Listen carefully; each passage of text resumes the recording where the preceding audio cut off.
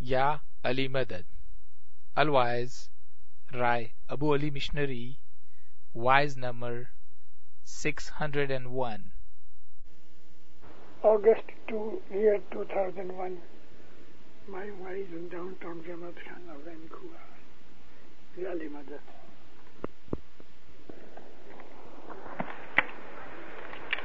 Accepting. دندر بہت دنوں کے بعد آپ کے جماعت خانے میں آیا ہوں. ٹاپک ایسا ہے کہ میں چاہتا تھا ینگسٹرز بہت ہوئے اور میں اس کے لیے انگلش میں بولنے کو تیار تھا, لیکن اس وقت حاضری ایسی ہے. انگریزی اچھی ہے لیکن انگلش ہے وہ ٹیکنالوجی, سائنس اور ایسی چیزوں کے لیے بہت اچھی بھاشا ہے. محبت پریم کی باتیں کہ جس میں سٹیلٹی ہے, ریفائنمنٹس ہیں, ان کے لیے انگلش پور لینگویج ہے. لیکن اگر نہ بولا جائے تو پھر نہیں چلتا, تو دیٹ از اوکے. آج کا ٹاپک ہے کیا مذہب ضروری ہے؟ از ریلیجن نیسیسٹی؟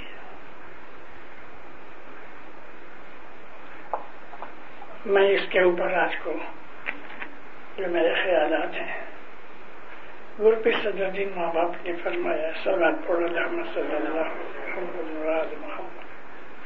کہو رے جیوت میں, کہو رے جیوت میں, کس کارن آیا جی,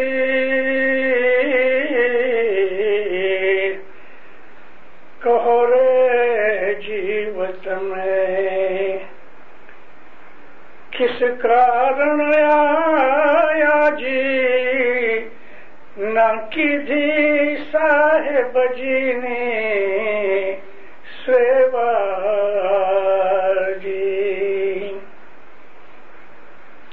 ہے جی دنیا نو لوب جیوڑو, کروانے لاگو جی دنیا نو لوب جیوڑو, کروانے لاگو جی دنیا نے لوبے بھر میں بھولو جی. صلوات پڑھ دینا روزانہ صلی اللہ علیہ وسلم. گرپی صدر الدین ہمارے جتنے بھی پیر انڈیا میں آئے ان میں جو کہ پیر, سب پیروں کا نور محمد کا نور ہے. کوئی پیر چھوٹا نہیں, کوئی پیر دوسرے سے بڑا نہیں. ایسا ہی خدا تعالیٰ نے قرآن میں کہا ہے کہ میرے جتنے بھی انبیاء ہیں یعنی کہ نبی ہیں ان میں تفاوت مت کرو کہ یہ چھوٹا ہے وہ بڑا ہے, کیونکہ جو نور ہے وہ تو نور ایک ہی ہے, اس میں کوئی بڑائی چھوٹائی کی بات نہیں. ہوتا کیا ہے کہ زمانے کے حساب سے لوگ جو اس نبی کی امت میں آتے ہیں اس کے حساب سے, اور جو غیر لوگ ہیں جن کے اندر نبی کی امت والے ملتے جلتے رہتے ہیں, یہ سب چیزیں دیکھ کے نبی کو ڈیسائیڈ کرنا پڑتا ہے کہ کس طریقے سے میں انہیں بتاؤں. اس لیے بعض نبیوں کے کام مشکل ہیں, بعض نبیوں کے آسان تھے. ہمارے پہلے پیر جو انڈیا میں آئے پیر صدگرو نور تھے.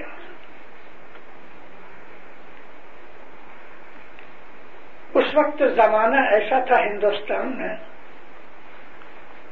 میں آپ کو صرف تھوڑا یہ بتانے کے لیے کہ دیکھو اس ہمارے پیروں کو اور خاص کر کے پیر صدگور نور کو کتنی مشکل پڑی. پیر صدگور نور کے آنے سے پہلے انڈیا میں اسماعیلی مذہب، یہ جو ہمارا طریقہ ہے، ہم اس کو نظاری پنتھ کہتے ہیں. نظاری اس لیے کہ اسماعیلی 3-4 قسم کے ہیں. یہ جو بہرے لوگ ہیں مست علی مانتے ہیں، یہ لوگ بھی اسماعیلی ہیں کیونکہ شاہ اسماعیل کو مانتے ہیں. لیکن امام مستنصر باللہ کے بعد یہ لوگ ہم سے جدا پڑ گئے. ہم نے مولانا نزار کا ہاتھ پکڑا یا مولانا نے ہمارا ہاتھ پکڑا، اور جو دوسرے تھے انہوں نے مست علی کا پیچھا کیا. وہ بھی اسماعیلی ہیں، ہم بھی اسماعیلی ہیں، لیکن ہم نزاری اسماعیلی ہیں اور وہ مست علیین اسماعیلی ہیں، مگر انہوں نے اسماعیلی نام چھوڑ دیا. ہم ہی صرف اسماعیلی ہیں. اس کے تھوڑا پہلے ہمارے مولانا امام حاکم تھے، تو وہ بھی جب جمعہ پورا ہوا تو ہماری جماعت میں سے ایک سیکشن نکل گیا. انہوں نے یہ کہا کہ امام حاکم مرے نہیں، غائب ہو گئے ہیں اور واپس آئیں گے. مگر دوسرے تھے، انہوں نے امام حاکم کے بعد امام ظاہر کو قبول کیا، کیونکہ ہمارا سلسلہ جو ہے وہ کبھی ٹوٹتا نہیں، امامت کبھی بند نہیں ہوتی. تو وہ لوگ بھی اسماعیلی ہیں، لیکن جس طرح میں نے ابھی کہا کہ اسماعیلی نام کا لیبر اور مہر صرف ہمارے ساتھ لگی ہوئی ہے، اس لیے انہوں نے بھی اپنا نام اسماعیلی یوز نہیں کیا. اور ان کا ایک بہت بڑا سردار تھا، ان کو دروز کہتے ہیں. وہ سردار کا نام تھا امیر حمزہ. اس کو وہ لوگ پیغمبر مانتے ہیں اور امام حاکم کو خدا مانتے ہیں. بعد میں یہ چیزیں بنی. اس کے تھوڑا اور بھی پہلے چلے تو مولانا امام وفی احمد علیہ السلام کے زمانے کے اندر تھوڑے سے، لیکن ہماری جماعت کا ایک گروپ باہر نکل گیا. انہوں نے مذہب نہیں چھوڑا، لیکن کیا ہوا کہ انہوں نے یہ سوچ کے کہ یہ کام دھندا بیوی بچے یہ فین فتور ہے، عبادت کے لیے ٹھیک نہیں. عبادت کے لیے یہ سب کچھ چھوڑ کے پہاڑ کو گفا میں چلے گئے اور وہاں جا کے بیٹھے رہے عبادت میں. پھر بہت سے لوگ ان کو ملے، انہوں نے اپنا نام رکھا اخوان الصفا. وہ فرقہ جدا ہو گیا. انہوں نے پھر کسی امام کو مانا نہیں، اور وہ بھی زیادہ چلے نہیں، تھوڑے 40-50 برس کے بعد مٹ گئے. اس کے پہلے مولانا جعفر صادق کی وفات کے بعد بھی ہماری جماعت جدی ہو گئی. اسماعیلی جدا ہو گئے، موسیٰ کاظم کو ماننے والے جدا ہو گئے، جو بعد میں اثنا عشری کہلائے. میں نے آپ کو یہ چھوٹی سی ہسٹری بریفلی اس لیے کہی، یہ بتانے کے لیے کہ اماموں کو، پیروں کو، نبیوں کو مذہب چلانے کے لیے، مذہب پھیلانے کے لیے، مذہب سمجھانے کے لیے زمانے کے حساب سے بڑی تکلیفیں پڑتی ہیں. اب پیر صدگور نور ہندوستان میں آئے. ہمارے امام مستنصر باللہ فرسٹ، ہمارے 18th امام مستنصر باللہ نے ان کو حکم کیا انڈیا جاؤ. ٹاپک تو میں نے شروع کیا ہے، لیکن میرے دماغ میں اتنے بہت خیالات آ گئے ہیں، میں ان کو سب کو بتا نہیں سکتا، لیکن جتنا بن سکے گا میں بریفلی کہوں گا آپ کو. ہندوستان 7,000 برس سے 6,000 برس، کیونکہ پیر صدگور نور کو 1000 برس ہوا، 6,000 برس سے ہندوستان کوئی بھی خدائی پیغام کے بغیر رہا. خدا کا پیغام، خدا تعالی کی ریولیوشن جو تھی وہ اس طرف ویسٹرن سائڈ میں مڈل ایسٹ کے اندر آتی رہی. جیسے کہ ہم جانتے ہیں کہ سدگرو نور کو یہاں سے 1000 برس ہوئے آج سے، تو اس کے 300-400 برس پہلے سدگرو نور کے جو گریٹ گرانڈ اینسیسٹر تھے حضرت مرتضی علی اور نبی کریم، ان کو 300-350 برس ہوئے تھے. اور اس سے اور 600 برس پیچھے چلے جاؤ تو عیسیٰ علیہ السلام کا زمانہ تھا.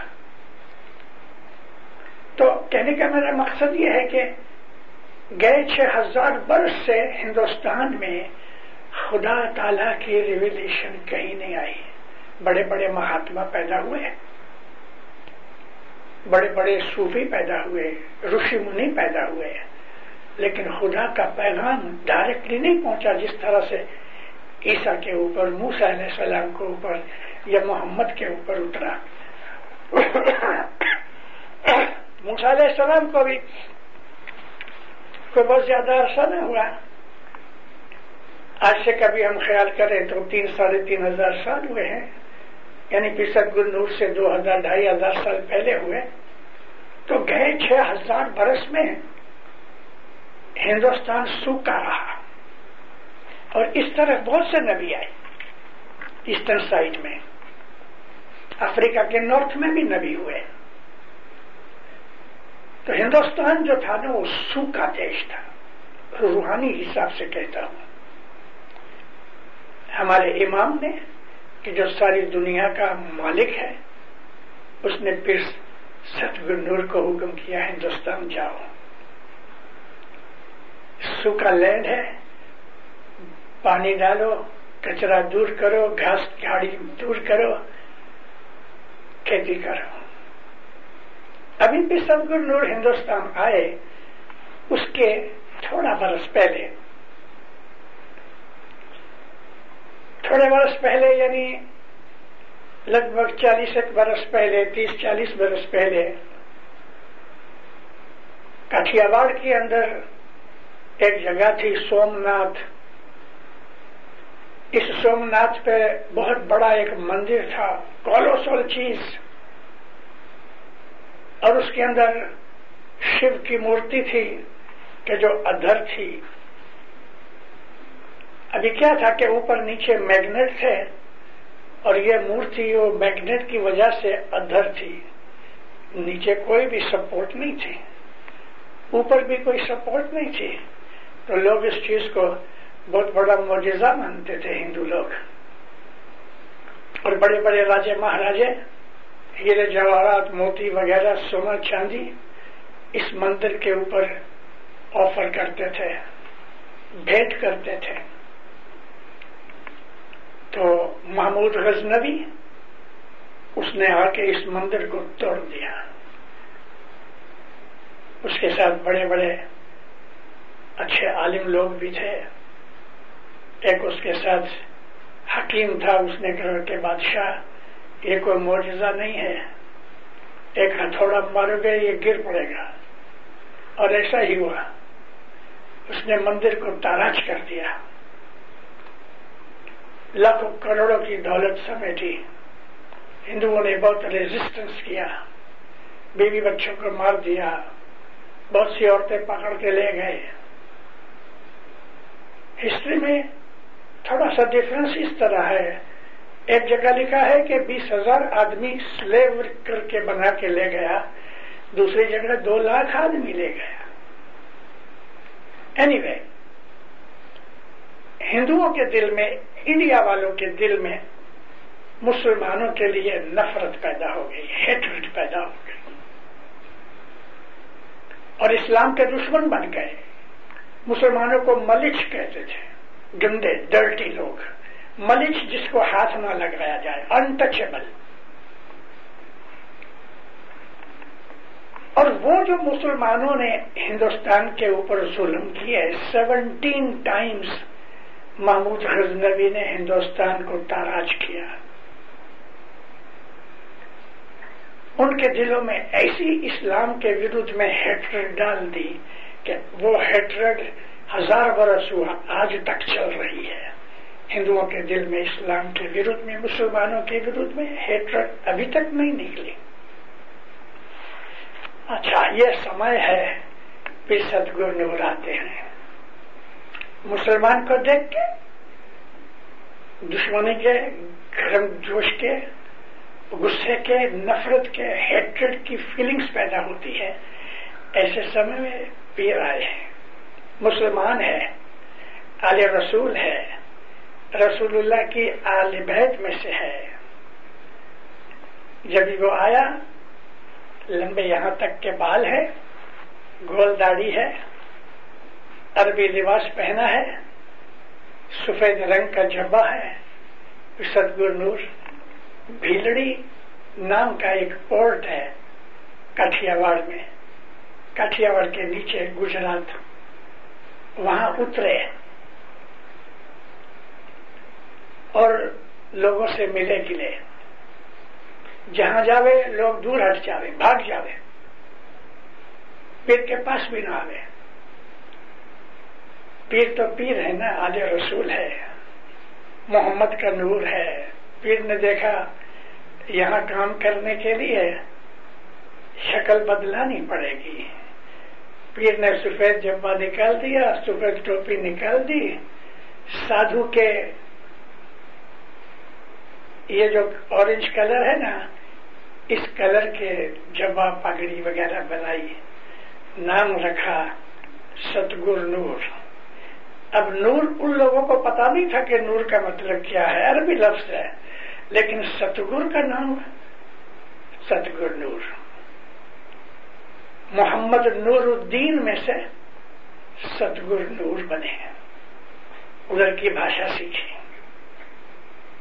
زبان سیکھی، اور پھر لوگوں سے ملے گلے تو ستگرو نور سب جگہ مشہور ہو گئے، بڑے معجزے بھی کیے، اور اس طرح اسماعیلی دین کو ست پنتھ کہہ کے دین کا نام رکھا ست پنتھ، صراط المستقیم کا ٹرانسلیشن کیا۔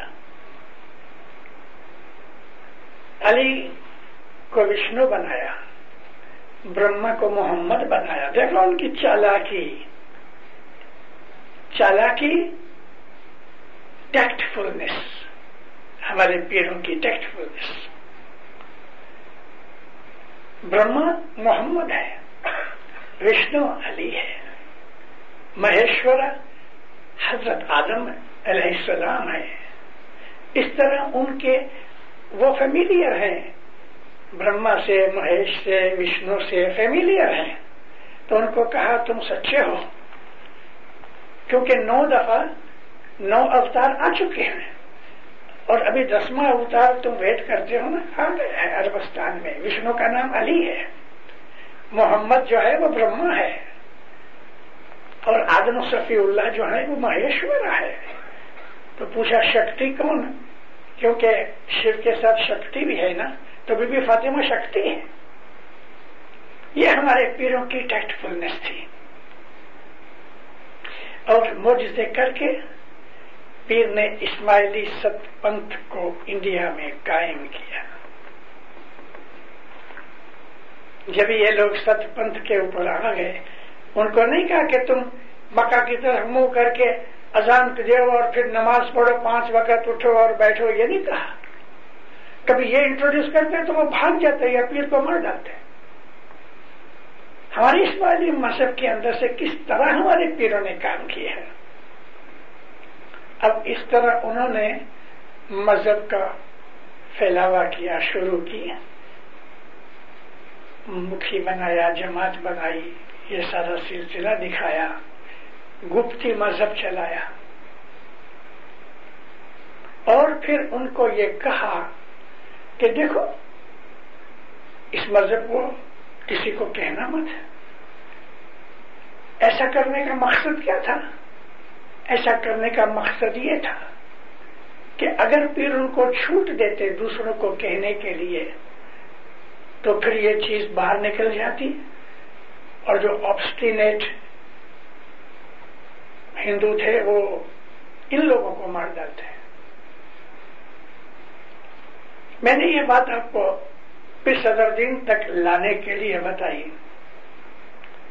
پیر صدرالدین بڑے فلاسفر تھے. پیر صدر نور کے بعد لگ بھگ 150-200 برس کے بعد پیر شمس آئے. پیر شمس کے پڑ پوترے پیر صدرالدین تھے، پوترے کے بیٹے تھے. پیر شمس نے جو کام کیا وہ صوفیوں کے اندر اور صوفیانہ کام تھا، اور پیر شمس نے ستپنتھیوں کو اسلام کی تعلیم دینی شروع کی. پیر صدگرو نور نے اس طرح نہیں دی. پیر شمس کے بعد پیر صدرالدین آئے. پیر صدرالدین فلاسفر تھے، بڑی بڑی ڈیبیٹ کی انہوں نے. اور پیر صدرالدین نے پھر جب لوگ جماعت تیار ہو گئی تو اب ان کو جو پرائمری ایجوکیشن دی تھی پیر صدگرو نور نے، اس ایجوکیشن کو سیکنڈری درجہ دیا پیر شمس نے، اور پیر صدرالدین ان کو یونیورسٹی میں لے گئے. پیر صدرالدین پوچھتے ہیں کہ بھئی تم دنیا میں کیوں آئے ہو؟ کہو مجھے کہ تمہیں کس کارن آیا؟ نہ کہ دی صاحب دی سیوا. یہاں صاحب کا مطلب خدا ہے کہ جو امام اللہ کا نور ہے. تم نے اس کی بندگی نہ کی. اللہ تعالیٰ قرآن میں کہتا ہے میں نے تم کو اور جنوں کو اس لیے بنایا کہ تم میری بندگی کرو، میرا حکم مانو. بندگی کا مطلب حکم ماننا، اوبیڈینس کا نام بندگی ہے. یہ بندگی فارسی لفظ ہے اور عبادت عربک ہے. دونوں کا ایک ہی میننگ ہے، سلیوری. میں تمہارا بندہ ہوں، میں تمہارا سلیو ہوں. اور سلیو اور نوکر میں فرق یہ ہے کہ نوکر پگار لیتا ہے جب چاہے نوکری چھوڑ کے چلا جاوے، لیکن جو سلیو ہے غلام وہ پگار نہیں لیتا. اس کو جو ملے وہ کھاتا ہے، جو سیٹ دے وہ پہن لیتا ہے، اور وہ زندگی بھر سیٹ کو چھوڑ نہیں سکتا. اس لیے خدا تعالیٰ نے اس کو عبد کہا. عبد کا مطلب غلام، اور غلام کی جو غلامی ہے اس کو ہم عبادت کہتے ہیں. عبد میں سے عبادت نکلی. جو لوگ عابد ہیں، عبادت کرتے ہیں، وہ عبد ہیں. اور یہی لفظ بندگی فارسی کا ہے. تو پیر صدرالدین نے قرآن کی اس آیت کو اس طرح سے اپنے اس پاٹھ میں دیا. کہو رے جیو تمہیں کس کارن آیا، نہ کی دی صاحب دی سیوا. دنیا میں آ کے تم لوب لالچ میں موج شوق میں بیٹھ گئے تو پھر کہتے ہیں یہ دنیا نے کارن بھول سکو، بھولی جا سکو، اور تم بھول گئے ہو. میں نے جو یہ بات کہی کہ مذہب کیوں نیسیسری ہے، خدا تعالیٰ اس کو ہماری عبادت کی ضرورت نہیں. اگر ہم اس کی بندگی نہ کریں تو وہ چھوٹا ہونے والا نہیں ہے، وہ ایسا ہی ہے. اور کبھی ہم بندگی کریں گے تو اس کا کوئی فائدہ نہیں ہے. جو کچھ ہے وہ ہمارا ہے. اس لیے کہ غلام اگر سیٹھ کا حکم مانتا ہے تو سیٹھ اس پہ راضی ہوتا ہے. تو ہم اگر خدا تعالیٰ کا حکم مانے تو وہ ہمارے پر راضی ہو گئے. اس کو کچھ نہیں، فائدہ ہمارا ہے. اس کے لیے میں نے کہا مذہب نیسیسری ہے، دنیا کے لیے بھی دین کے لیے بھی. کیوں نیسیسری ہے؟ اس لیے کہ مذہب ہم کو ڈسپلن سکھاتا ہے، مذہب ہم کو ایتھکس سکھاتا ہے، مذہب ہم کو جیون پسار کرنے کے لیے جو ضروری چیزیں ہیں وہ ہمیں سکھاتا ہے. مذہب ہمارے دل میں مات پتا فیملی کی محبت دیتا ہے. مذہب ہم کو سکھاتا ہے کہ دوسروں کے ساتھ ہم کیا ٹریٹمنٹ کریں. مذہب ہم کو یہ سکھاتا ہے کہ سوسائٹی میں رہنے کے لیے ہمیں کیا کرنا چاہیے. مذہب نے ہم کو کلچر دیا. کلچر میں سے سویلائزیشنز نکلی، کلچر مذہب کے اندر سے نکلا ہے، کیونکہ مذہب نے جب ہم کو خدا تعالیٰ کے راستے پہ لگا دیا اور ہم کو ڈسپلنڈ بنا دیا، اور اگر ہم خدا تعالیٰ کے بتائے ہوئے سب چیزوں کے اوپر عمل کریں تھرو نبی پروفٹس، تو مذہب ہم کو ایسی ہیپینس دیتا ہے، ایسی پیس دیتا ہے کہ وہ دنیا کے اندر دکھی نہ بنے۔ اگر مذہب کے اوپر ہم سب لوگ چلے تو یہ دنیا ایک جنت ہے۔ سچ مچ خدا تعالیٰ نے دنیا کو اچھی حالت میں بنایا ہمارے لیے۔ ہم کو بنانے اور ادھر بھیجنے سے پہلے لاکھوں برسوں سے خدا اس دنیا کو ڈیکوریٹ کر رہا تھا، ہمارے لیے تیار کر رہا تھا۔ جیسے کہ بچہ سویا ہے اور ماں اس کا کھانا تیار کر رہی ہے، اس کے نہانے بات لینے کے سامان تیار کر رہی ہے، بچہ سویا ہے۔ خدا تعالیٰ نے ہم کو اس ارتھ کے اوپر بھیجا، اس کے پہلے اس نے فروٹ بنائے، ویجیٹیبلز بنائی، ہم کو خوش کرنے کے لیے جات جات کے پھول بنائے۔ یہ ساری چیزیں ہائر کوالٹی کی تھنکنگ والی ہیں۔ وہ لوگ کے جو ہائر تھنکنگ کر سکتے ہیں وہی خدا کے نزدیک پہنچتے ہیں۔ ایک آرڈینری آدمی جو پڑھا نہیں کچھ نہیں، وہ اپنا نیو گینی میں سے اس کو لے آؤ ادھر، اس کا اٹھنا بیٹھنا ایک بندر کی طرح ہے۔ آج بھی یہ لوگ ادھر ننگے پھرتے ہیں۔ اب اس کو گلاب کا ایک پھول دو، نہ اس کو خوشبو کا پتہ ہے، نہ گلاب کی نزاکت کا پتہ ہے۔ لیکن خدا کا ایک دوست، خدا کی عبادت کرنے والا، اس کو ایک گلاب کا پھول دو تو کتنا خوش ہوتا ہے۔ واہ اے خدایا، اس کو خدا یاد آتا ہے، اے خدایا تم نے ایسی اچھی چیز بنائی، کتنی اچھی خوشبو ہے اس میں، کیسا اس کا رنگ ہے، کیسی نازک اس کی پیٹرنز ہیں، کیا اس کی بیوٹی ہے۔ وہ خدا تعالیٰ کی بنائی ہوئی چیز کی قدر کرتا ہے۔ یہ عبادت میں شامل ہے۔ پھول کی اس نے قدر ضرور کی، پھول کا وکھان کیا، لیکن پھول کا اس لیے وکھان کیا کہ بنانے والے نے اس کو کیسا بنایا ہے۔ تو اس آدمی نے پھول کے اندر خدا کو دیکھ کے یا خدا تعالیٰ کی جو کاریگری اور آرٹ دیکھ کے اس نے خدا تعالیٰ کو یاد کیا، اس نے یہ عبادت کی اور اس کے دل میں خوشی پیدا ہوئی۔ مذہب ہم کو آہستہ آہستہ زمین میں سے اٹھا کے عرش پہ لے جاتا ہے۔ مذہب ہم کو ماں کی طرح گائیڈ کرتا رہتا ہے، اور ماں ہے وہ مذہب کے ذریعے سے ہمیں گائیڈ کرتا ہے، کیونکہ خدا تعالیٰ نے اس کے دل میں محبت ڈالی ہے۔ نبیوں کو بہت دفعہ ہم ماں اور باپ کی طرح مانتے ہیں، اس لیے کہ نبیوں نے، پیروں نے، اماموں نے ہم سے محبت کر کے اور محبت کے ساتھ ہم کو مذہب سکھایا۔ مذہب کہتا ہے کہ تم اکیلے جنگل میں نہیں رہتے، ہیومن سوسائٹی میں رہتے ہو۔ تو اگر کوئی آدمی کا کوئی کپڑا کسی جگہ رہ گیا ہے تو تم اٹھا کے اس کا استعمال مت کرو، کیونکہ وہ تمہاری چیز نہیں ہے۔ دوسروں کی جو چیز ہے اس میں تمہارا کوئی رائٹ نہیں۔ مذہب نے ہم کو آنےسٹی سکھائی۔ مذہب نے دیکھا کہ دیکھ تیرے پاس ابھی اناج بہت ہو گیا ہے، تو کھا پی کے سو گیا ہے، لیکن اناج اگر بچ گیا ہے تو مذہب ہم کو چیریٹی سکھاتا ہے کہ بھئی ارد گرد تمہارے پڑوسی ہیں، کبھی کوئی بھوکے ہیں جن کو کچھ ضرورت ہے تو ان کو دے آؤ۔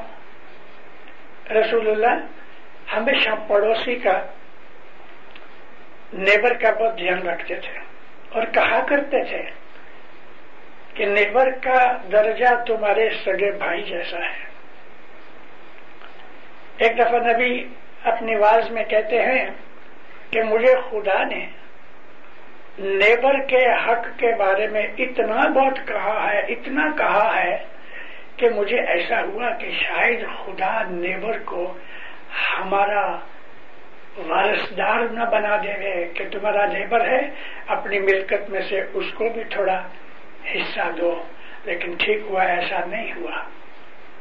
نیبر کا اتنا بڑا درجہ بتا دیا کہ تمہارے سگے بھائی جیسے. اور بات بھی سچ ہے، تمہارا سگا بھائی بمبئی میں رہتا ہے اور یہاں ہم کو کوئی تکلیف آ گئی تو نیبر پہلے آ کے ہم کو مدد کرتا ہے. یہ چیز ہم کو مذہب نے سکھائی. مذہب نے آج دیکھو یہ ساری دنیا کے اندر اینیمل لورز نکل آئے ہیں، کتنے جھگڑے کرتے ہیں. لیکن ہم کو مذہب نے سکھایا کہ جانوروں کے اوپر بھی رحم کرو. اور ہر مذہب کے اندر ہم کو مذہب نے، ہمارے ریلیجن نے ہم کو یہ کہا کہ جانوروں کے اوپر رحم کرو. ایک دفعہ رسول اکرم محمد صلی اللہ علیہ وآلہ وسلم کچھ اصحابوں کے ساتھ مدینے سے باہر گھومنے نکلے. شام کا وقت تھا. دیکھا تو ایک جھاڑ کے ساتھ، درخت کے ساتھ ایک اونٹ بندھا ہوا تھا اور اونٹ بہت دبلا پتلا تھا. نبی ٹھہر گئے، کھڑے ہو گئے. پوچھا کہ بھئی یہ اونٹ کا مالک کون ہے؟ تو بازو میں نزدیک میں ایک ہٹ تھا، جھونپڑی تھی. وہ ہٹ میں سے ایک آدمی دوڑتا دوڑتا آیا، سلام کیا، جھکا. حضور فرمایا تیرا یہ اونٹ اتنا بہت دبلا ہے. یا نبی میرے پاس اتنی توفیق نہیں کہ میں اس کو چارہ دے سکوں. حضور فرمایا تو نے اس کو باندھ کے رکھا ہے، نہ تو اس کو کھانا دیتا ہے اور نہ اس کو خدا کی روزی ملنے کے لیے تو اس کو فری کرتا ہے. اس کو کھول دے تو یہ خود ہی ادھر ادھر کچھ چر کے اپنا پیٹ بھر سکے. حضور فرمایا یہ ظلم ہے. معافی مانگی، اونٹ کو کھول دیا. اب ہم کو یہ چیز کس نے سکھائی؟ ہمارے گرو نے، رسول اکرم نے ہمیں یہ سکھائی کہ جانوروں کے اوپر بھی رحم کرو. ایسی بات بھی بنی ہے دینداروں اسلام کی ہسٹری میں کہ ایک بکری کی خاطر ایک آدمی کے اوپر رحم کیا گیا. محض ایک بکری کی خاطر. ایک بڑا فقیر جیسا آدمی تھا، عبادت والا تھا، سادھو سنت کی طرح تھا، مسلمان تھا. وہ ہمیشہ اپنی بکری کا بہت دھیان رکھے. بکری سے اسے دودھ بھی ملتا تھا لیکن بکری کا بہت دھیان رکھے. ایک دفعہ وہ بیمار پڑا تو یہ بکری خدا کے پاس اس کے لیے دعا کرتی ہے کہ اے اللہ تعالیٰ میرے مالک کو اچھا کر دے. وہی اتری کہ تیری بکری کی دعا قبول ہوئی. تو یہ بکریاں، یہ جانور یہ سمجھتے ہیں کہ خدا ہے. ہاں دیندار، بکریاں جانور کا درجہ مینٹلی اور انٹلیکچولی زیادہ ہے، اونچا ہے درختوں سے. یہ جو جھاڑ ہے نا، ٹری، ان کے اندر بھی جیو ہے. ہمارے نبی کا ایک حکم ہے، وہ اس طرح سے ہوا کہ نبی کچھ اصحابوں کے ساتھ ایسے ہی گھومنے نکلے تو ایک آدمی جھاڑ کو کاٹ رہا تھا. نبی کو آتے ہوئے دیکھا تو جمپ کیا، نیچے آیا، نبی کو سلام کیا. کیا کرتے ہو؟ یا نبی میں جھاڑ کاٹتا ہوں. کیوں؟ کہتے ادھر جگہ بنانے کے لیے. حضور نے فرمایا ایسا مت کرو.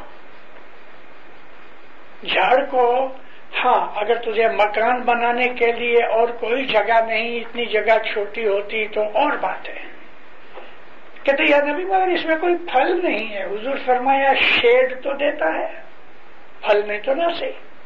تو ہمارے نبی نے 1400 سال پہلے ہم کو کہا کہ تم یہ جو درخت ہیں، یہ جو ٹریز ہیں، ان کو مت کاٹو، کارن کہ اگر پھل نہیں دیتے تو شیڈ دیتے ہیں.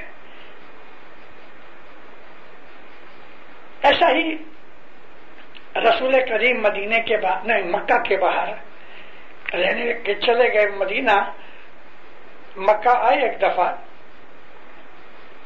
تو ایک درخت کے نزدیک سے نکلے تو رونے کی آواز آنے لگی. آپ ٹھہر گئے, ایسا دیکھا تو ایک درخت تھا, جھاڑ تھا. نبی اس کے پاس گئے, اس کو ہاتھ لگایا, وہ چپ ہو گیا. وہ رونے کی آواز اس جھاڑ میں سے آتی تھی. لوگ بڑے حیران ہوئے. حضور فرمایا میں جب چھوٹا تھا تو اس جھاڑ کے نیچے آ کے میں ٹیک لگا کے ریکلائن ہو کے بیٹھتا تھا. اس کی میری دوستی ہو گئی. بہت برسوں سے میں مدینہ چلا گیا. اب میں بازو میں سے نکل گیا, اس کو برا لگا کہ مجھے بلایا نہیں. میں نے یہ چیز آنکھ سے تو نہیں دیکھی, کتاب میں پڑھی ہے, لیکن آنکھ سے ایک چیز دیکھی ہے. 1948 میں مولانا سلطان محمد شاہ اتار دار السلام آئے.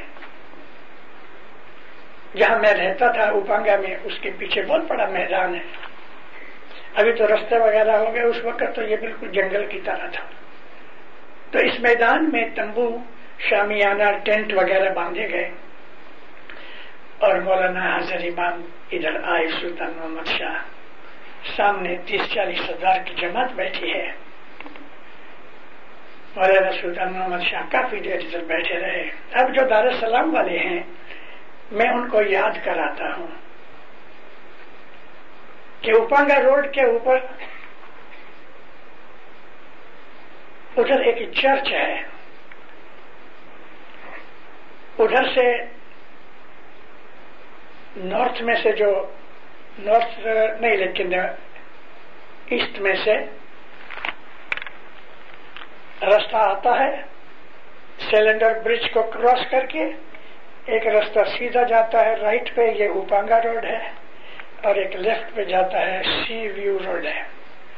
ان دونوں کے کنارے پہ میٹنگ پلیس پہ ایک چرچ ہے, ابھی بھی ہے. اس وقت چرچ نہیں تھا, میں 48 کی بات کرتا ہوں.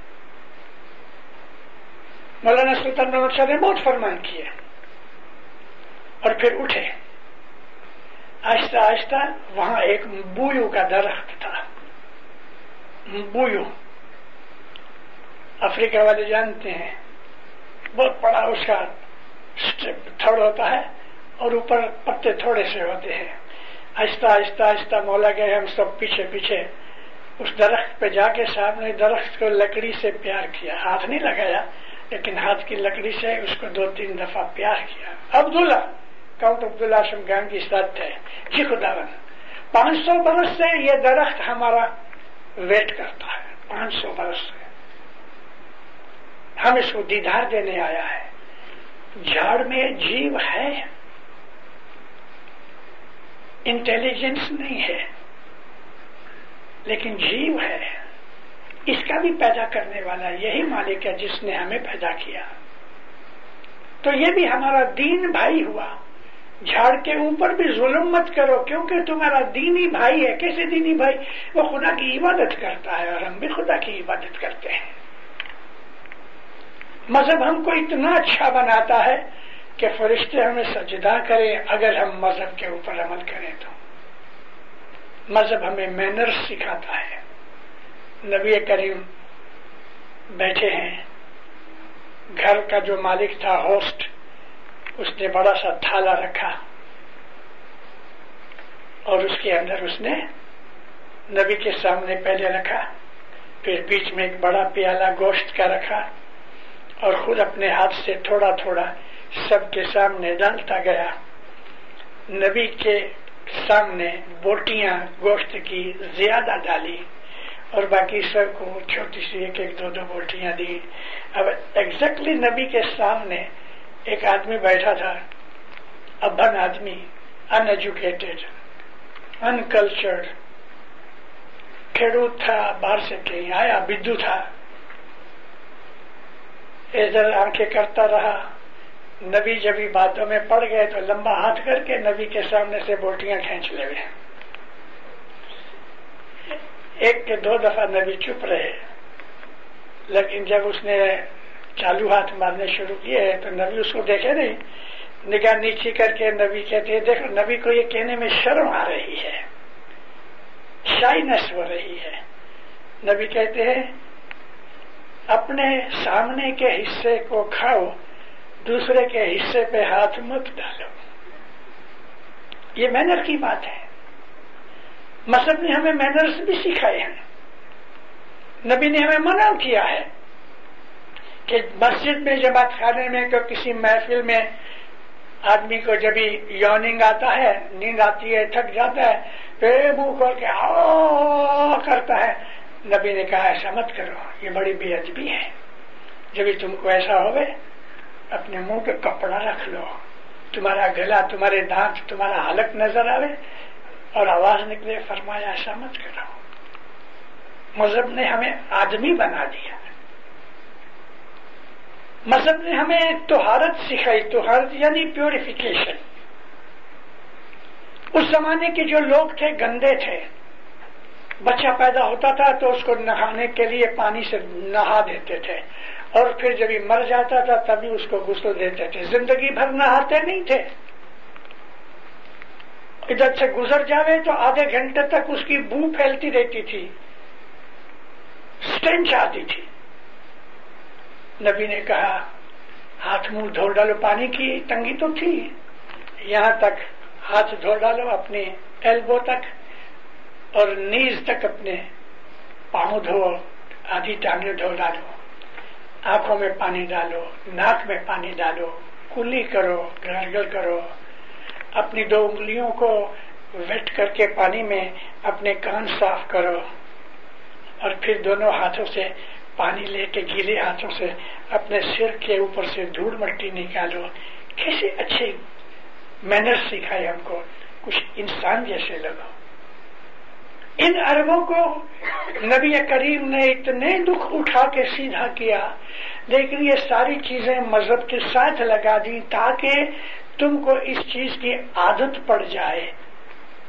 5 نمازیں ٹھیک، لیکن ان 5 نمازوں کے اندر سگنیفیکینس کیا تھی؟ کیا خدا کو 5 وقت یاد کرنے سے وہ کو بڑا ہو جاتا تھا؟ دینداروں، اس میں ایک اور دیکھو بھید کی بات کیا ہے کہ ہم کو پنکچول بنا دیا، ریگولر بنا دیا. گھڑیاں نہیں تھیں، ٹائم کی کنسپشن ہمارے دل میں تھے ہی نہیں، جانتے ہی نہیں تھے.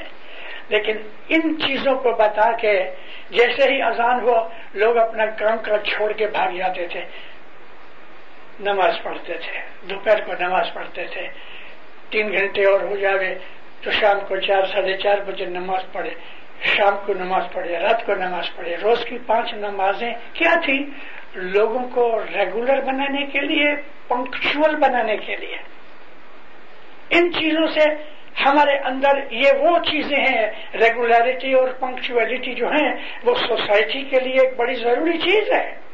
یہ کلچر کی بنیاد ہے، اور ہمارے اندر اچھی عادتیں پیدا کرنے کے لیے ایک بڑی ضروری ہے چیز کہ ہم اپنے کاموں میں ریگولر بنے اور پنکچول بنے نماز کی طرح. اللہ نے بار بار کہا ہے کہ تم کو تمہارے اوپر جو صلاۃ بندگی نماز دی گئی ہے وہ اپنے ٹائم پر گزارنے کے لیے دی گئی ہے، یعنی پنکچول بنو. 7:30 بجے کی دعا ہے 7:30 بجے. ایسا کبھی نہیں ہوا ہمارے جماعت خانے کے اندر کہ مکھی صاحب نے 7:30 کے 7:45 بنا دیے یا 7:15 بجے بنا دیے. نہیں، یہ ایک ڈسپلن ہے. مذہب نے ہمیں ڈسپلن سکھایا، کلینلیس سکھائی، پیوریفیکیشن سکھائی، اور یہ تمام چیزیں جو انسانی زندگی کے لیے ضروری ہیں. ان کے بعد پھر ہم کو اب یہ خدا کا نبی ہمیں یہ کہتا ہے کہ تم علم سیکھو. ماں کے ادھر میں سے نکل کے ہم کریڈل میں جاتے ہیں، جھولے میں. نبی فرمایا جھولے سے لے کے قبر تک علم سیکھو. اسٹیپ بائی اسٹیپ ہم کو نبی نے دنیا کے اندر مذہب کے ساتھ ساتھ ہمیں کیسا بنا دیا. اسلام نے بڑے بڑے سائنٹسٹ پیدا کیے ہیں، بہت بڑے بڑے انجینئر پیدا ہوئے ہیں. یورپ سچ پوچھو تو مسلمانوں کا اسٹوڈنٹ ہے، اور خود یورپین اس بات کو مانتے ہیں کہ یورپ کو علم سکھانے والا مسلمان ہے، لیکن یہ وہی مسلمان ہے کہ جو اپنی لڑکی کو مار ڈالتا تھا اور کسی بیل کو چلتے چلتے گائے بیل جا رہی ہے، بھوک لگی ہے، چھری ماری، اتنا گوشت لے لیا، وہ تڑپتے تڑپتے مر جاتا ہے، اور یہ 1 کلو گوشت کے لیے اس نے مار دیا۔ یہ سب چیزوں سے ہم کو نبی نے ایک دم پالش کر دیا، رندا مارا، پالش کر دیا۔ مذہب ہمارے لیے بہت ضروری ہے۔ مذہب نے ہمیں انسانیت سکھائی، مذہب نے ہمیں مینرز سکھائے، اور آج بھی اگر ہم مذہب کے اوپر چلتے ہیں تو ہماری جو لائف ہے وہ ایزی اور پیسفل بن جاتی ہے۔ بہت دلگیری ہوتی کبھی کبھی یہ سن کے۔ ہمارے یہاں ایسے لوگ ہیں، مولا کرے ان سب کو مولا سدھارے، نیک ہدایت کرے۔ ہم کسی سے ادھار لیتے ہیں، دیتے نہیں، ہم لوگوں کا مال کھا جاتے ہیں، ہمارے اندر چوریاں کرنے والے لوگ ہیں، اور تو بات چھوڑ دو، جماعت خانے کے اندر بھی چوریاں۔ مذہب جو ہے نا، سامنے پڑی ہوئی ایک چیز ہے، چلتے چلتے مذہب کہتا ہے تم کو رستے کے اندر 1 روپیہ ملا، $1 ملا۔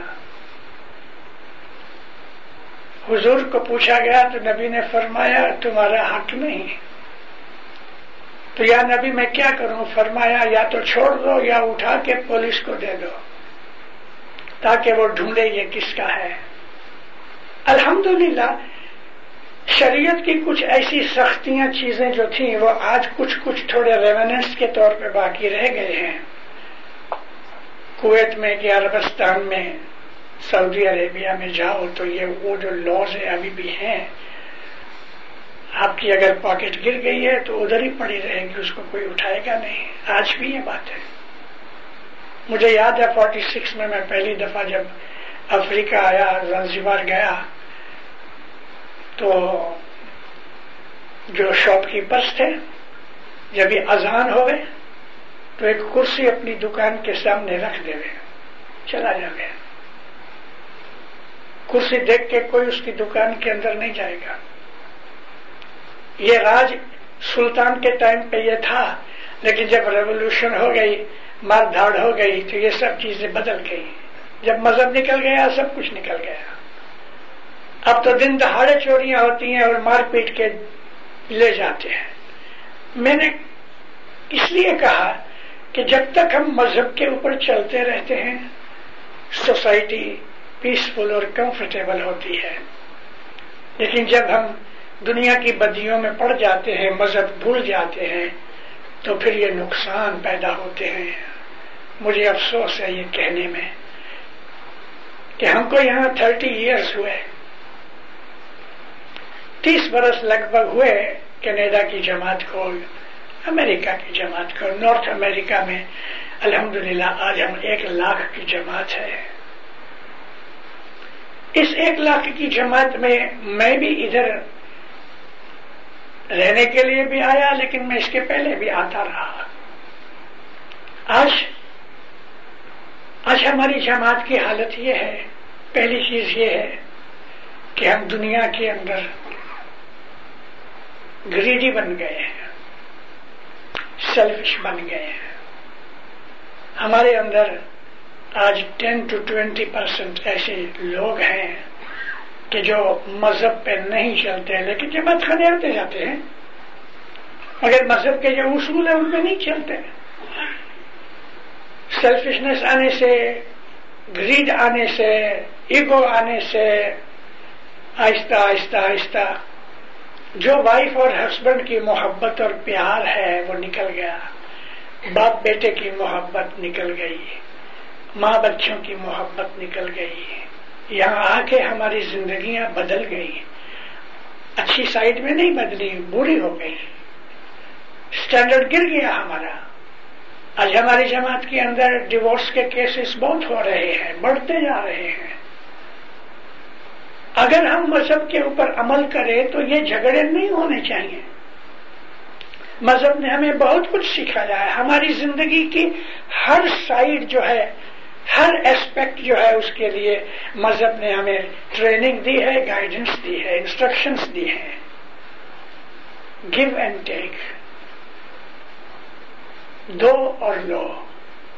اور جب بہت ہی اچھے بنو تو مذہب یہ کہتا ہے زیادہ دو اور کمتی لو. گیو مور ٹیک لیس. یہ جو چیزیں ہیں ہمارے مذہب کی، وہ ہمارے اندر پریم بھاونا، ہمارے اندر کائنڈنیس، ٹالرنس، کسی نے بھول کی ہے تو بخش دو. ہمارے حضرت امام کے فرمان کے اندر بھی ایسی بہت سی انسٹرکشنز ہیں. مولا کے ایک فرمان میں ہے کہ تم ایسا نہیں ہے کہ کوئی تمہارے پاس آ کے مانگنی کرے تو اس کی مدد کرو. تمہیں لگے کہ اس کو میری مدد کی ضرورت ہے، تم اپنی مدد آفر کرو. اور اگر پھر دوسری جگہ مولا کہتے ہیں کہ اگر تمہارے سے مدد مانگی جائے تو go out of your way helping. مذہب نے ہمیں کائنڈ بنایا. مذہب نے ہمارے دل کے اندر مرسیفل فیلنگز پیدا کر دی. ہمارے اندر خدا نے یہ چیزیں دی ہیں لیکن مذہب نے اجاگر کی. مذہب کہتا ہے تم کسی سے پرومس کرو تو پورا کرو. مذہب کہتا ہے کسی سے تم نے ادھار لیا ہے تو اس کو واپس کرو. مذہب کہتا ہے کہ آدھی روٹی تم نیڈی کو دو، آدھی تم کھاؤ. مذہب کہتا ہے کہ تم اپنی ڈیوٹیز میں پورے رہو. اسلام نے انسان کی زندگی کے اوپر جو اس پہ اوبلیگیشنز ہیں اس کو 3 حصوں میں ڈیوائڈ کیا ہے. ایک تو ہے حقوق اللہ، اللہ کی طرف میری کیا ریسپانسبلٹی ہے. دوسرا ہے حقوق العباد، یعنی یہاں عباد کا مطلب ہے کہ وہ لوگ کہ جو خدا تعالیٰ کی عبادت کرتے ہیں اور تمہارے نزدیکی ہیں. اور پھر تیسرا ہے حقوق السوسائٹی، جس کو ہم کہتے ہیں حقوق المعاشرہ عربی میں. یعنی کہ اللہ کے طرف میری رسپانسبلٹی کیا ہے تو میں اس کو ہر روز یاد کروں، صبح شام یاد کروں. اس کی دی ہوئی چیزوں اور برکتوں کے اوپر میں اس کا تھینکس مانوں اور اپنے گناہوں کی معافی چاہوں اور اس کی مدد مانگوں اچھا بننے کے لیے. اللہ نے مجھے کہا کہ تیری بیوی، تیرے بچے، تیرے اوپر اس کی ڈیوٹی ہے اور اپنے بیوی بچوں کی ڈیوٹی پوری کرنا یہ خدا کی عبادت میں ہے. لیکن آج ہمارے گھر ٹوٹ رہے ہیں. میں کسی کو بلیم نہیں کرنا چاہتا لیکن ایک بات ضرور کہتا ہوں کہ وائف کے ہسبینڈ جہاں مذہب گھٹ گیا وہاں جھگڑا شروع ہو گیا. مذہب ہم کو خدا کی سزا سے ڈراتا ہے. مذہب کہتا ہے کہ اگر تم نے برا کیا، اس پہ ظلم کیا تو خدا تیرا کچومر کرے گا. تو آدمی ڈرتا ہے خدا کی سزا، پنشمنٹ سے. اور یاد رکھو دیندارو، خدا چھوڑتا نہیں ہے. تو مذہب یہاں ہے، وہاں پریم بھاونا ہے. ایک دوسرے کے لیے دکھ اٹھا لینا خدا کی عبادت ہے. ایک دوسرے کے لیے دکھ اٹھا لینا خدا کی عبادت ہے. دوسروں کے بھلے کی خاطر اگر ہم کو کوئی ڈیفیکلٹی پڑتی ہے، ٹیک اٹ. یہ ڈیفیکلٹی تمہارے لیے عبادت ہے اور خدا اس چیز کو جانتا ہے. وہ بڑا رحیم و کریم ہے اور یہ چاہتا ہے کہ ہم بھی رحیم اور کریم بنے. ہماری زندگیاں جو ہیں وہ پرسنل لائف کے واسطے بھی ہمیں مذہب نے کہا، جیسے میں ابھی کہہ گیا کہ کلینلینس اینڈ پیوریفیکیشن مذہب کا ایک بھاگ ہے، ایک پارٹ ہے. نبی فرمایا روز غسل کرو. پانی کی اچھت ہے تو ویک میں ایک دفعہ ضرور کرو. اور اس بات کو نبی نے لا بنا دیا کہ ایوری فرائیڈے جمعے کی نماز پڑھنے سے پہلے نہا کے جاؤ. اگرچہ پانی کی تکلیف تھی لیکن کنویں بہت تھے ایسے اور عادت نہ ہونے کی وجہ سے عرب لوگ جو تھے نا وہ غسل نہیں کرتے تھے، ایوائڈ کرتے تھے.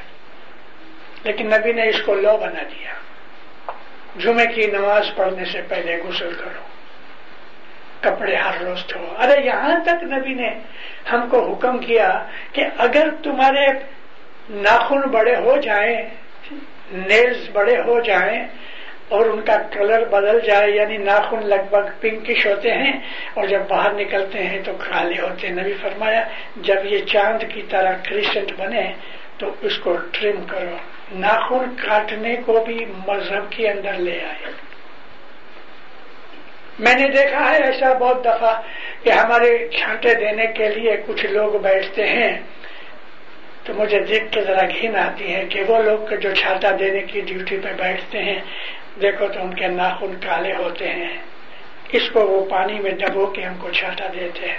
اب ان کو اس بات کا پتہ نہیں ہے کیونکہ انہوں نے ایجوکیشن نہیں لی. ہم کو یہاں تک کلینلینس کے لیے کہا گیا کہ تم ایوری ویک کم از کم ایک دفعہ اپنے نیلز ٹرم کرو. کیونکہ اب دیکھو نبی کی جو عقل کیسی تھی. نبی کوئی سائنٹسٹ نہیں تھے دنیا کے سائنٹسٹ کی طرح، لیکن نبی جانتے تھے کیونکہ وہ سرشٹی کا پیدا کرنے والا ہے کہ انہی ناخنوں کے جہاں جہاں کالے پڑ گئے ان کے اندر جرمز ہوتے ہیں، بیکٹیریا ہوتے ہیں. ان ہاتھوں سے ہم کھاتے ہیں. وہ زمانے میں چھری کاٹے کہ یہ فورک سپونز نہیں تھے، ہاتھوں سے کھاتے تھے. اور اگر یہ گندے ہاتھ کے جس میں ناخن بڑے ہو گئے بیکٹیریا بیٹھے ہیں یہ ہم کھاتے تھے. نبی نے منع کیا. اب اس چیز کو مذہب بنا دیا کہ تم ہر جمعے کو دن اس کو ٹرم کرو کم از کم. ایک دفعہ ایک عورت کچھ کھانا لے کے آئی. اب وہ زمانے کے اندر ایسی کروکری نہیں تھی جو آج ہمارے پاس ہے، اور میٹل پلیٹس تو بڑی قیمتی چیزیں تھیں. مٹی کی پلیٹ تھی تو کھانا لے کے آئی نبی کے لیے. حضور نے دیکھا تو اس پلیٹ کے اندر ایک درس پڑی ہوئی تھی، یعنی کریک تھا. نبی نے فرمایا میں یہ نہیں کھاؤں گا، اس کو پھینک دو. اپنی ایک آواز میں فرمایا کہ جس باسن کے اندر، جو پاٹ کے اندر، پلیٹ کے اندر کریک ہو جائے اس میں کھانا مت کھاؤ. وہ زمانے کے اندر ہمارے پاس اس قسم کے سوپ اور کلینر چیزیں نہیں تھیں. لوگ یوں ہی پانی سے دھو ڈالتے تھے یا نہیں بھی دھولتے تھے. کاغذ ملا یا کپڑے سے پوچھ ڈالا، کپڑا بھی گندا، کاغذ بھی گندا. اب یہ جرمولوجی تھی. بیکٹیریا تھے جو نبی جانتے تھے، لیکن عربی زبان کے اندر وہ نہیں کہتے تھے کہ اس میں جرمز ہے یا بیکٹیریا ہے. نبی فرمایا ٹوٹے ہوئے واسن میں کھانا بدقسمتی ہے. بدقسمتی اس لیے کہ اس کے اندر سے کوئی نہ کوئی بلا آ جائے گی، کوئی بیماری آ جائے گی. مذہب نے ہمیں یہ کہا سوچھ بنو، پاک بنو. کیسے کیسے ہم کو فرمان بتائے گئے، ہماری زندگی کو مولڈ کیا گیا، ہماری باڈی کو کلین رکھنے کے لیے حکم کیا. کیونکہ جو آدمی کبھی نہاتا نہیں اس کو لازم 99% اسکن ڈیزیز ہوگا، اور ایسی بیماریاں نبی کے زمانے میں بہت تھیں. تو اس طرح دیندارو، میں نے جو آپ کو یہ دنیا کی سائٹ بتائی ہے کہ مذہب نے ہمیں کس طرح فائدے پہنچائے. ہمیں پرسنل فائدے دیے، ہماری فیملی کو فائدے ملے، ہماری سوسائٹی کو فائدے ملے، ہماری کنٹری کو، نیشن کو فائدے ملے. لیکن اب مذہب کی وہ سائڈ دیکھو کہ جو روحانی سائڈ ہے. خدا تعالیٰ کے رحم و کرم سے انسان دنیا میں پیدا ہوا، اس کو واپس خدا کے پاس جانا ہے. اس کے اعمال کی طرف خدا نے خیال پیدا کیا، اچھے بنو، نیک بنو، جھوٹ نہ بولو، دوسرے کا حق نہ کھاؤ، دوسرے پہ ظلم نہ کرو، چوری نہ کرو. اس قسم کی تمام ہماری ایتھیکل سائڈ تھی لائف کی، اس کو سدھارا. اور پھر فرمایا کہ اب دیکھو تم نے دنیا کی یہ سب زندگی یہ سیکھا، اب تم آدھی رات کو اٹھ کے خدا کو آہستہ آہستہ یاد کیا کرو. اب روحانی سائڈ بنانے کے لیے جو روحانیت ہے وہ ہم کو مذہب کے سوا کہیں باہر نہیں ملتی. مذہب نے ہمیں اندر جانے کے لیے، یعنی آنکھیں بند کر کے سوچو کہ خدا کون ہے، میرا اس کا کیا سبب ہے، میں کس طرح اس کے پاس جا سکوں، اور موت کے بعد میں جاؤں تو میں کس منہ سے جاؤں، میرے اچھے اعمال ہونے چاہیے. یہ وہ باتیں ہیں کہ جو ہمیں مذہب نے سکھائی. اور مذہب میں سے وہ لوگ کہ جو بڑے سینسیبل تھے، سیریس تھے، انہوں نے پھر عبادتیں کر کے اپنے آپ کو اونچا اٹھایا. خدا کی ملاقات بھی کی، خدا کا دیدار کیا، خدا سے باتیں کی، اور یہ ایسے لوگ دنیا کے اندر ہیں. کس طرح ہم کو مذہب چھوٹی حالت سے نکال کے آہستہ آہستہ آہستہ خدا تک پہنچا دیتا ہے. یہ مذہب الحمدللہ ہمارا یہ جو طریقہ ہے یہ آج اس لیے بیسٹ ہے کہ حضرت امام اسی طریقے میں ساری دنیا گھوم ڈالو، کہیں بھی آپ کو امام یا امام جیسی ہستی نہیں ملے گی اسماعیلی مذہب کے سوائے. اور یہاں آ کے اسماعیلی مذہب کا فائدہ لے کے دنیا کا بھی دین کا بھی، اگر ہم اپنے مولانا حضرت امام کے فرمانوں کے اوپر، پیروں کے فرمانوں کے اوپر ہم جو عمل کرتے ہیں تو ہماری دنیا بھی سدھرتی ہے، تندرستی اچھی ہوتی ہے، گھر میں سکھ شانتی ہوتی ہے، باہر آدمی کی عزت آبرو ہوتی ہے، اور پھر خدا تعالیٰ کی رحمتیں اترتی ہیں تو اس کی روحانی شکتی بھی آہستہ آہستہ بڑھتی جاتی ہے، اور وہ خدا کو دیکھتا ہے، خدا سے باتیں کرتا ہے. نبی فرمایا کہ تم آرام سے اکیلے بیٹھ کے جب تمہیں کوئی چیز کی حاجت ضرورت نہ ہوئے، عموماً رات کا وقت ہوتا ہے، نبی کہتے ہیں کہ تم نے اللہ کے ساتھ کمیونیکیشن شروع کیا. تم اللہ کو شاید نہ دیکھ سکو لیکن اللہ تمہیں دیکھ رہا ہے. اب جو تم باتیں کرو اللہ سے تو اللہ تمہاری باتیں سنتا ہے. اگر تم اس کی باتیں نہیں سنتے تو وہ تمہاری مرادیں جانتا ہے. تو خدا تعالیٰ کے ساتھ باتیں کرنا بھی ایک بڑا شرف ہے.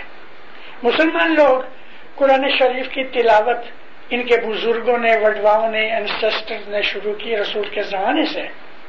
وہ اس کے اندر ایک بھید کیا ہے کہ ہم اللہ کو دیکھ نہیں سکتے لیکن اللہ ہمیں دیکھتا ہے. تو قرآن پڑھنے سے مسلمانوں کے جو بزرگ تھے وہ کہتے ہیں کہ قرآن پڑھنے سے تم اللہ کی زبان بولتے ہو،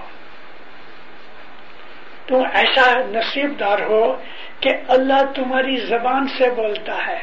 بسم اللہ الرحمن الرحیم، الف لام میم، ذالک الکتاب لا ریب فیہ ھدی للمتقین الذین یؤمنون بما انزل الیک وما انزل من قبلک. میں نے اوپر نیچے آیتیں ملائی ہیں یہ بتانے کے لیے کہ جب ہم قرآن پڑھتے ہیں تو نبی کہتے ہیں کہ تم خدا کی زبان بولتے ہو، یعنی خدا تمہاری زبان سے اپنے ورڈز نکالتا ہے. تو قرآن پڑھنا کتنا اچھا ہے. آج تک 1400 سال ہوئے دنیا بھر کے لوگ یہ قرآن پڑھتے ہیں. ہمارے پاس ہمارا حاضر امام ہے، ہم اس وقت سب بیٹھے ہوئے ہیں. میں پوچھتا ہوں، مجھے جواب مت دینا، اپنے دل میں سمجھ لو، کیا ہم حاضر امام کے فرمان گھر میں پڑھتے ہیں؟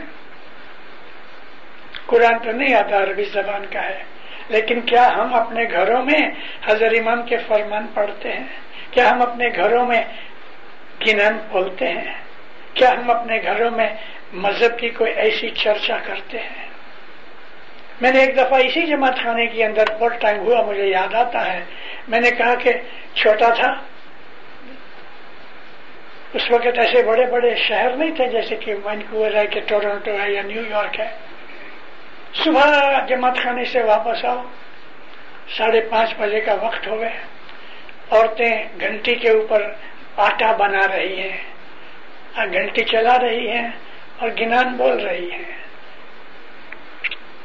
بچے کو جھولے میں ڈال کے اس کو رسی کھینچتی ہیں، نانیاں، مامیاں، دادیاں، جو کچھ بھی ہے، لوری کی جگہ گنان بول رہی ہیں. بچہ سو رہا ہے، مکھن نکالنے کے لیے اس کو بلو رہی ہے تو گنان بول رہی ہے، آٹا گوندھ رہی ہیں تو گنان بول رہی ہے. مرد لوگ کھیتوں میں جاتے ہیں، گاڑے میں بیٹھ کے جاتے ہیں، بیل چل رہے ہیں، گاڑے کی جو ردم ہے اس کے اوپر وہ گنان بول رہے ہیں. کہاں گیا وہ زمانہ؟ اٹھتے بیٹھتے سارا دن گنان کی آوازیں آ رہی ہیں، علی علی کی آوازیں آتی ہیں، اللہ اللہ کی آوازیں آتی ہیں.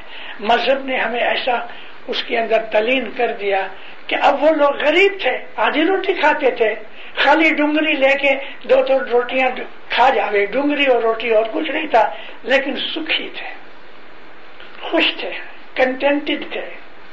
ان کے دلوں کے اندر کوئی ایسی ہائی ہوئی نہیں تھی، وہ دوسرے کا بنگلہ دیکھ کے دل جلاتے نہیں تھے. اس غربت کے اندر ان کو خدا تعالیٰ نے جنت دی ہوئی تھی. اس غریبی کے اندر وہ بادشاہ تھے. آج ہمارے پاس بادشاہی آ گئی لیکن فقیر بن گئے، بھکاری بن گئے، کیونکہ ہم نے مذہب کو چھوڑ دیا. مذہب کا جو طریقہ تھا وہ بھول گئے.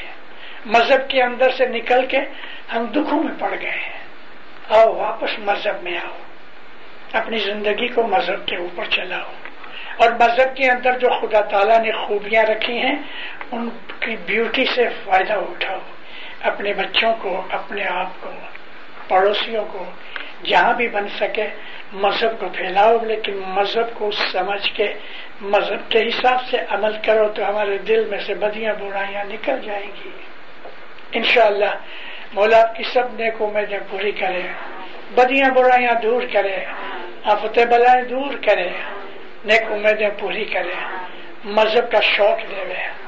مولا اپنی پناہ چھتر چھایا میں رکھے، اپنی فرمان برداری کے اوپر عمل کرنے کی توفیق دے. مولانا حضرت امام کے فرمان پہ عمل کرنے کی توفیق ملے. مولا ہم کو دین اور دنیا کے اندر نعمتیں برکتیں دے، ہمارے دلوں کو صاف پاک کر دے، گناہوں سے بچنے کی طاقت دے. مولانا حضرت امام آپ کو اور آپ کی آل اولاد کو دین و دنیا کے اندر سب طرح کی بھلائی دے. دنیا بھر کی جماعت کے لیے، دنیا بھر کے تمام نیک انسانوں کے لیے میری دعا ہے کہ خدا سب کے اوپر رحم کرے، سب کے اوپر فضل کرے، اور اس دنیا کے اندر سکھ شانتی محبت پھیلا دے. سکھی آباد رہو. آمین.